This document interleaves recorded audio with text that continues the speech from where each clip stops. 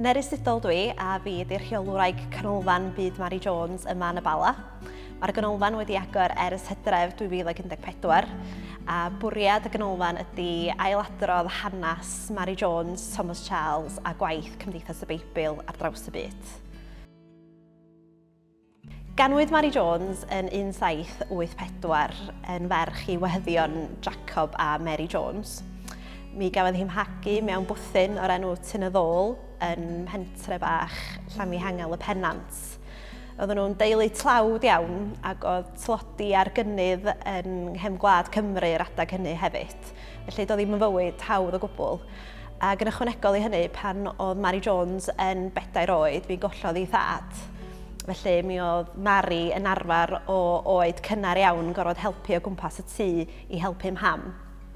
Ond mor galed oedd eu bywyd nhw adag hynny, un peth oedd yn gadarn oedd eu ffydd nhw, yn enwedig ffydd mam Mary. Oedden nhw yn mynd i'r capel ar y Sul yn Selog, ac mi oedden nhw yn mynychu'r capel yn Cwrt. O hynny, yn y pregethau hynny, mi oedd Mary Jones yn clywed y Beibl am y tro cyntaf. A erbyn oedd hi'n 9 oed, mi benderfynodd bod hi am gynilo i brynu Beibl ei hun. Oedd Beiblau Cymraeg mor brin a mor ddrud adag hynny, do'n am posib bod teulu Mary medru fforddio i brynu un ei hun, heb bod Mary yn cynilo amdano. Yn 1800, mi oedd Mary Jones bellach yn 15 oed ac wedi cynilo digon arian i fedru prynu Beibl. Mi oedd wedi cyfarfod Thomas Charles o blaen. Thomas Charles, wrth gwrs, yn ffigwr amlwg ar adag hynny yn Weinidog yn ardal y Bala. Mi oedd wedi bod yn giwrat yn ardal Gwlad yr Haf ac wedi symud i'r Bala i brodi wraig Sally. Felly oedd hi'n ymwybodol o Thomas Charles ac yn gwybod bod yna Beibl ar gael yno. Felly mi gerddodd 26 milltir i'r Bala i brynu Beibl ganddo. Mewn cyfweliad efo Lucy Jones yn ei chymdogion, mae hi'n ailadrodd hanes ei thaith. Ac bod y daith yn swnio'n hir iawn, 26 milltir, doedd cerdded y pellter yna ddim yn rhywbeth anghyfarwydd i pobl yr oes yna. Mi oedden nhw wedi gorfod cerdded pellter. Felly oedd hi'n ymwybodol bod Beibl ar gael yn y Bala. A mi gyrhaeddodd y Bala i gael gwybod gyn Thomas Charles bod yna ddim Beibl ar ôl. Yn amlwg, oedd y siom yn enfawr i Mary ar ôl cynilo am holl flynyddoedd a cerdded yr holl filltiroedd.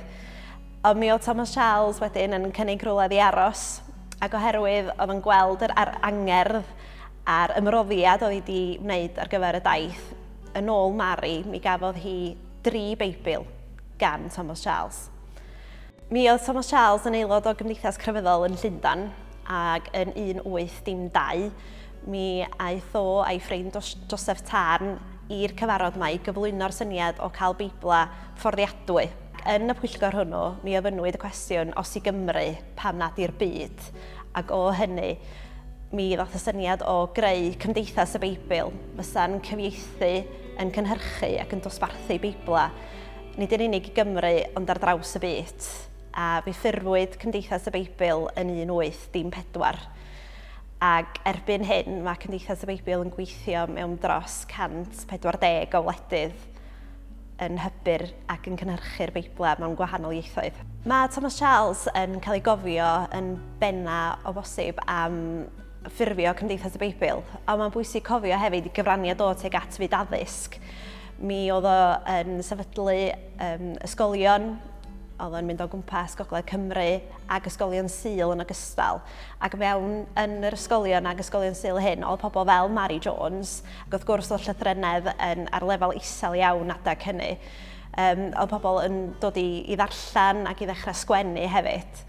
Felly mi oedd y dylanwad hynny ar Mary Jones ac eraill o ran hybu lefelau darllen a llythrennedd yn fawr iawn.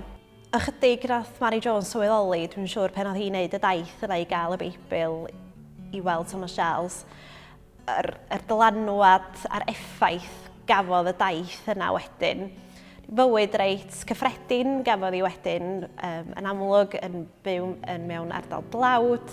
Mi gollodd hi 5 o blant, mi oroesodd 1, a mi ath y mab yna i'r America. Mae'r 3 Beibl, fel oedd Mari yn dweud, bod hi wedi cael gan Thomas Charles, mae 2 wedi goroesi. Mae 1 yn cael ei weld yn Prifysgol Caergrawnt ac 1 yn y Llyfrgell Genedlaethol yn Aberystwyth. Felly yn sicr mae'r dylanwad gafodd y daith yna rhywbeth na ddigwydd yng Nghymru wedi cael dylanwad byd eang.